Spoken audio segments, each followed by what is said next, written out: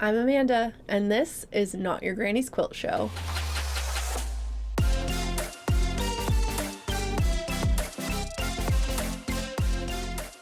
Hi, everybody. Welcome to today's show.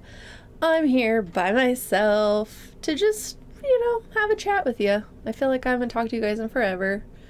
I've been sick, so if you hear that in my voice, it's been real fun. Which is a lie. It's been awful. It's not COVID. I took a lot of tests and they all came back negative. So I think it's just like an upper respiratory thing, yada, yada, yada. I'm still coughing. So anyway, here I am. I just wanted to talk to you guys and update you on stuff because a lot of things are changing here in the Not Your Granny's household. And, it's just kind of cool. I just want to talk to you guys. Anyway, hi, how are you? I hope your summer's been treating you well. Ours was fantastic. I've talked about before, we went to Spain. I didn't want to come back, but we did anyway. I think that's part of why I've had trouble kind of getting back in the swing of things and working, honestly, because I just got really sad when we came back. And that's okay. That just was a sign of a fantastic vacation. Spain has always held a special place in my heart. I went in high school, a school directed trip. And ever since then, I've wanted to go back so bad. And it just worked out that we could go this summer and celebrate our 10th anniversary. And I got to take my husband there, which he's never been. Of all the places, he's been so many places in the world, places that I've never been, probably will never go, but also places that I want to go, and Spain was the one place he hasn't been. So I was very excited to take him there. Not that I took him, but to go there with him and experience that with him. And so that was really fun. A few episodes back, you can go see, we talked to Anna Martinez in Barcelona. She has a Bernina shop there, and that was really fun. So we kind of branched out and did our podcast in a different country, so that was cool. Anyway, coming back was kind of tricky, just as far as getting back in the swing of things and motivations and just trying to find a rhythm again. And now things are changing again because school's starting, and Abe, my husband, if you didn't know, I'm teaching him how to quilt, but also he's got a lot of stuff coming up too, so we're gonna have to try to squeeze that in. But ever since he graduated with his mathematics degree from Boise State University, he's been teaching as an adjunct there. So he kind of goes in and out. Sometimes he'll take a semester or two off, and then he'll go back and teach a few semesters. And it's been really great. But he has been on a break from it, and now he's going back again. And then just a couple weeks ago, found out that he was admitted into the master's program for counseling. So he's not only going to be teaching classes, he's going to be taking classes, which isn't new to our family. We're both highly interested in continuing education, and as a former educator, I was constantly taking classes. And when we met, I was still full-time in college, and then he went back and got a second degree in computer science, and we were both working a lot and going to school a lot. So it's not new, but it's different for how we're doing things now. So that can be, I'm a little nervous for what that's going to look like, because there's also changes because I think I've been working part-time at one of our local quilt shops here. Just kind of filling in where they need help and kind of learning the store and deciding if it's something I want to do. I just have a lot to learn about the quilting industry as a business, and if I do want to run my own store someday, I need to learn what that looks like. And so this could be an opportunity for me to do that. And yeah, and I really love the quilt shop. It's where I learned how to long arm. It's where I go for almost every project. I usually start there to buy my fabrics and buy my supplies, and so it's near and dear to my heart, and so I was really excited to jump at the chance to possibly work there. So we'll know soon. The owner was kind of giving me a trial period of being a sub, like filling in for people as they needed help, covering their shifts or whatever, to see if it's a place I would even want to work. Because it is a big ask of me to commit my time there and have my business. So, we'll see what comes of that. But so far it's been really fun. I have worked at the front as a cashier and like a floor sales clerk kind of, and then also in the long arming studio. And so both spots have been really fun and educational for me. I've learned some new things, and that to me is always worth it if I can learn something new with whatever I'm doing. So that's been fun. So yeah, that might be a big change as far as like where my time is dedicated and what I'm doing. And so like something that we value is our relationship, me and my husband, and with our family. And so that's just something that we have to kind of look at, like while we're doing these things, following our passions and looking for opportunities to learn and grow, like we always have to keep each other in mind. And I think, that's really important to us. So it's just going to be finding a new balance of that when we've gone from like a year of, this last year of doing the fully self-employed thing where we just kind of make our own time, our own hours, and now we're going to both go back into really structured environments, which is great. Like we know how to work under those environments, but it's not the same because we're not just like getting another corporate job or jumping back into what's safe or what we already know. Well, I mean, I always tell my husband he's a professional student because he's really good at going to school. But counseling is definitely out of his norm because he has math and computer science degree. And so anyway, yeah, it's just going to be different. But also I think the kind of break from thinking about it and giving myself some space to like prioritize made me realize I miss my podcast. Like I haven't really been super pushing to make new episodes, and I know people had busy summers, and so I was kind of like not getting responses from people about being on the show, which kind of was a little bit disheartening, but also I don't really take it personally. I was just kind of like, oh, bummer, but I know things will happen if I just keep pushing forward. And I think finding my excitement again was important. And yeah, so I'm looking forward to making more and better episodes and just improving. I do want to do, so if you're listening to this, watch for this in my stories, but I do want to do an episode where I answer your questions if I can, and so I will put that up in my Instagram stories this week. So look for that, and whatever questions you have about me or about quilting or whatever, like I will do my best to answer those questions for you in an episode. So watch for that. That'll be fun, I think. And as far as like my quilting is going, we've had like some really cool quilts, like quilt commissions roll in through the business, and like one we're working on is this pixelated Zelda quilt. It's for a wedding present, so the groom is purchasing it to give to his wife on their wedding day. And it's tricky. There's a lot of blocks, and it ends up being pretty big, but it's kind of tricky because it does look pixelated, and so the smallest bits of it are like finished 1-inch squares. Most of it can be made in strips, but there's spots where you definitely just need like one tiny square.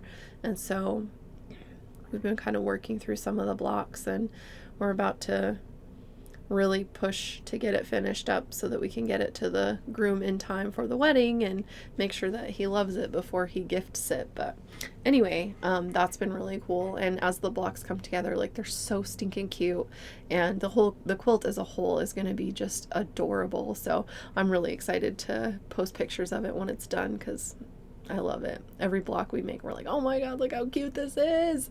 Because they're just so cute.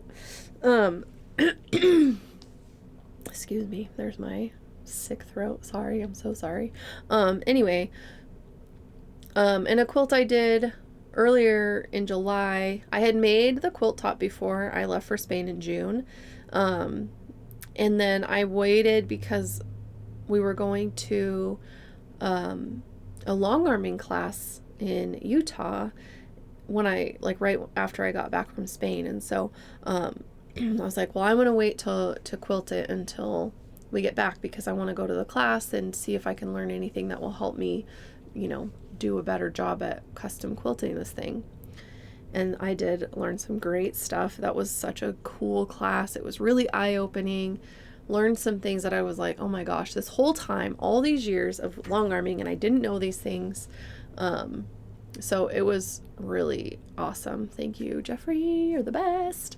But yeah, it helped me a lot. And so I took some time to kind of plan it out and, you know, get everything organized as far as like how I was gonna quilt the blocks and the different aspects of it.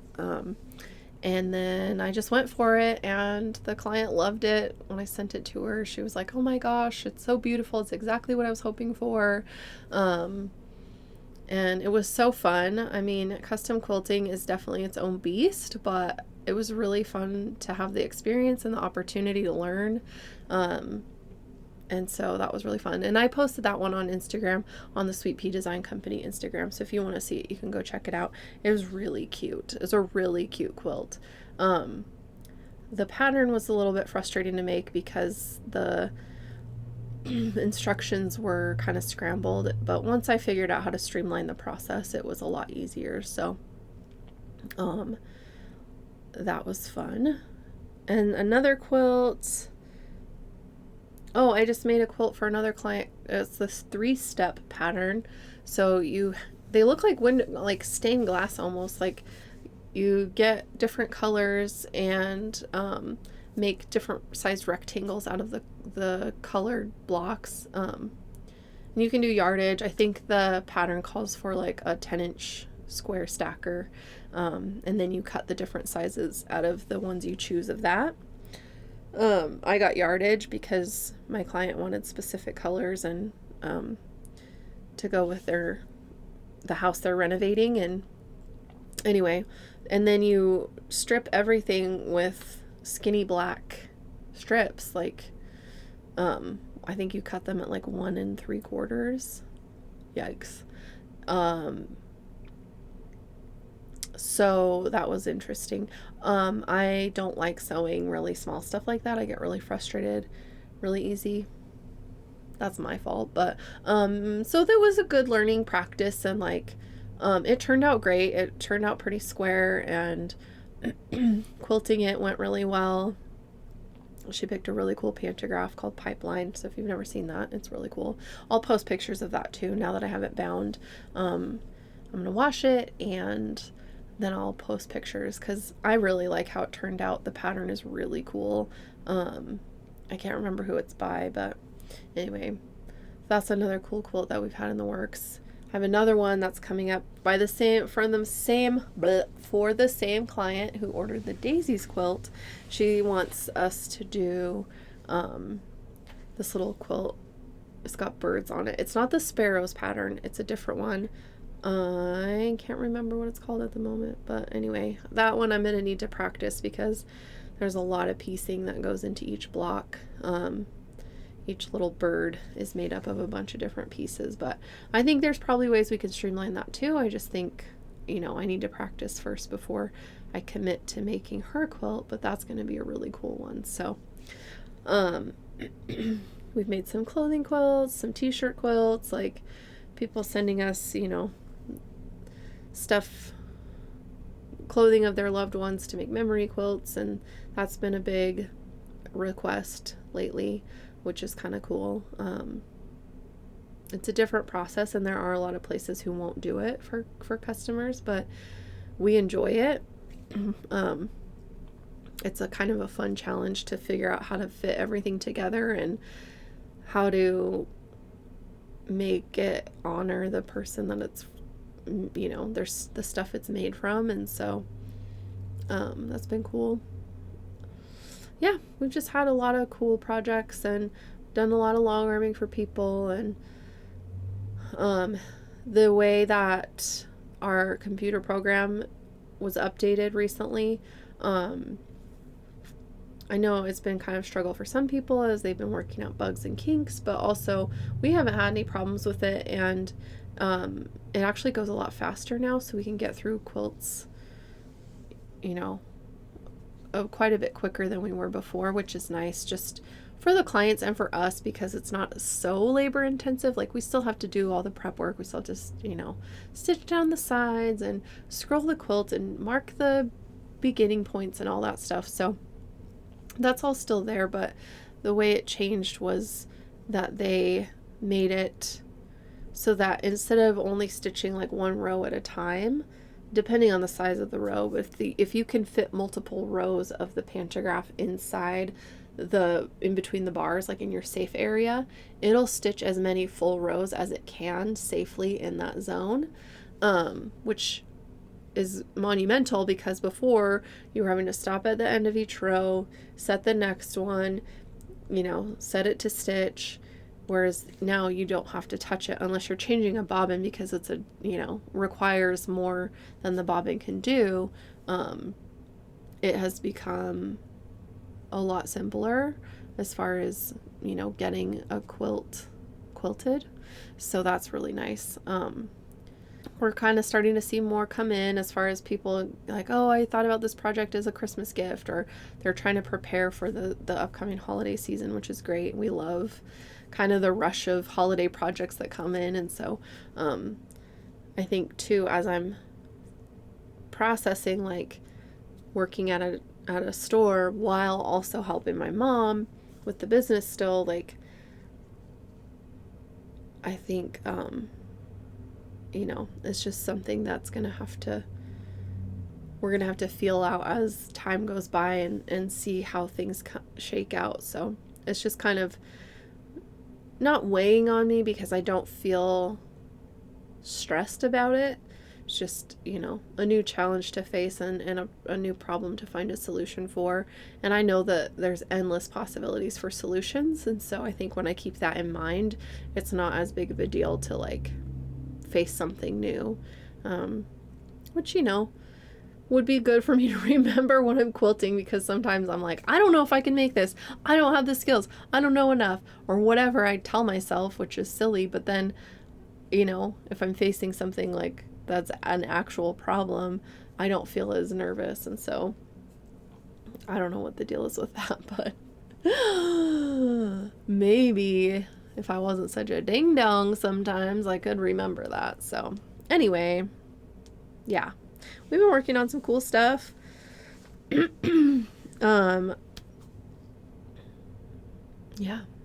it was so weird the other day, because I realized that our youngest is now a senior in high school officially, and then our older son, who's in the Space Force, is getting ready to go on a deployment.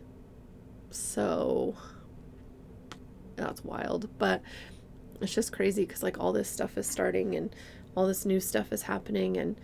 But I think like I think this last year has really changed my mindset as far as being able to view everything as solvable. Everything, you can figure everything out. You just have to take the time to think through it, and it might not look how you wanted it to in the beginning, but there's definitely solutions for everything. So I don't know.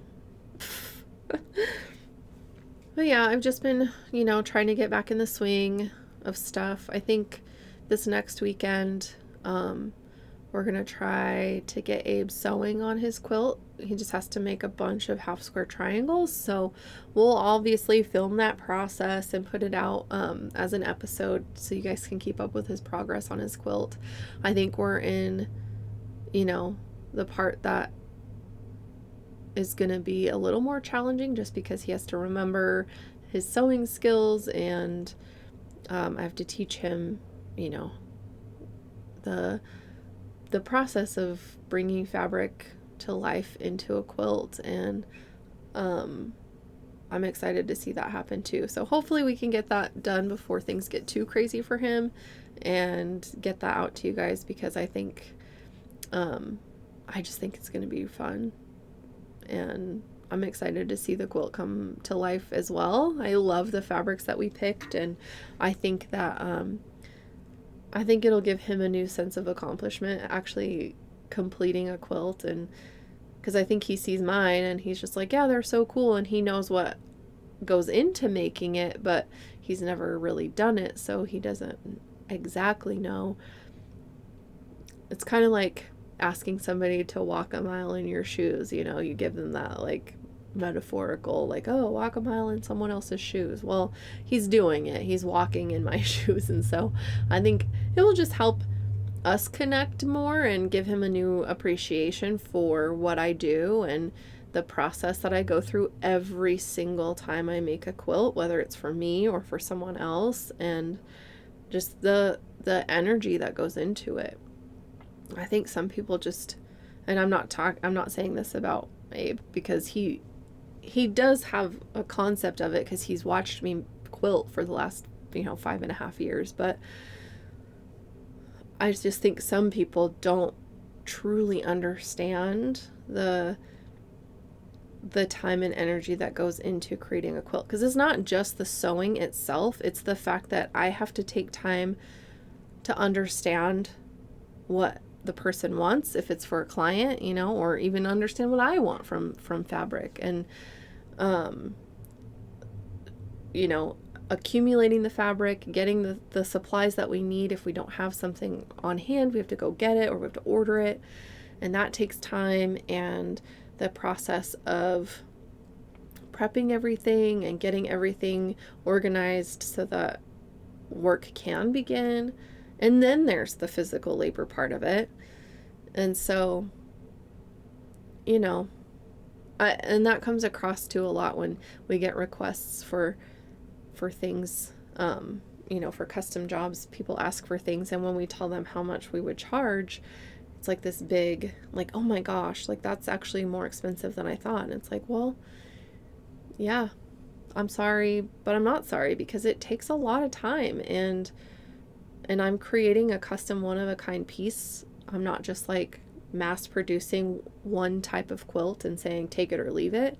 I'm letting you tell me what you want, and that time, that's my time, that's my brain power, that's my creativity, that's my skills going into that. So I think it can be discouraging when people request information about getting a quilt made, but then they back out because they don't want to pay you.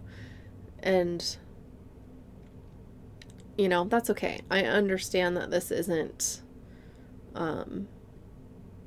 it's not something that everybody can afford to buy, but I also think if everybody was doing it and putting the time in and effort in, then they could just make their own quilts, right? So they're reaching out to the experts to have that done for them. And I mean, this is a whole other discussion, but just like pricing of handmade items, and it varies so widely because people are scared that their stuff won't sell if they price it accordingly to their time and effort, and it prices some people out, and it sucks, because the mass produced stuff that's less than half the price of what a handmade item costs makes it disproportionate and makes it seem like it's a completely out of reach concept for people, when really we should be pushing and fostering the handmade items or the recycled items, and not leaning into fast fashion or fast decor, because it's actually more detrimental. And so anyway, I'm gonna get off that soapbox before I take it too far. So yeah, I'm here, I'm alive, I'm getting well, I'm feeling a little better every day, less coughing every day, so that's good. Mom and Dad are out again. They're visiting my baby brother. Today's his birthday. And so they went to go visit him and his fiance in South Carolina. And so I'll be kind of man in the fort by myself for the next week. And last week was kind of a wash for me because I just still wasn't feeling very good, and trying to work, the couple days that I did, I was just like sweating and just didn't feel good, and was trying to like get stuff done, but was failing because I was like exhausted and coughing every 5 seconds. And anyway, so I'm hoping to get a lot more done this week, and as Abe goes back to school, kind of feeling out that schedule and getting people on my schedule for interviewing for the podcast. And so, so here's my plug. If you want to be on the show, if you have new fabric or a new pattern or any kind of craft, really, it doesn't have to be quilting, and you want to be on the show to promote it, I would love to hear from you. I will put my email address in the description of the show, so that in the show notes and in the description of the YouTube video, there we go. So you can reach out to me. I'm going to be reaching out to people as well, so maybe we'll cross paths and get you on here. But I'm really looking forward to talking to more people and leaning more into who I am as a person, and getting to know other people where they're at, and just continue talking about this love of making, right? # maker's gonna make. So yeah, thanks for hanging out with me today. I am very excited that you're here with me. I really truly am so grateful for those of you who are here with me, who share my podcast with the people that you care about, and those of you who keep coming back every week to check out what's new at Not Your Granny's Quilt Show. I'm here, I promise. I've got you guys in mind, and I'm just trying to make sure that what I'm doing is going to serve the community as a whole and bring value to other creative voices. And yeah, so thanks for letting me do that, and thanks for being here with me. I love you guys, and I will see you on the next episode. Bye.